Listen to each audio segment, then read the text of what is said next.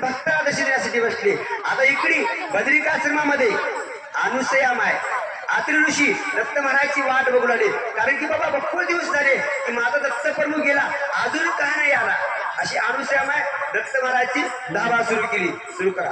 पातविले देशांतर बळे लुटून घातले बाहेर, निलेंद्र नारदाने तत्वर आमापासून देवासी कामधनुग्रासी आली, बळेच आम्ही बाहेर घातली, तैसे गती आमाशी झाली, हेच मैदान देतो सद्गुरु महाराज की जय.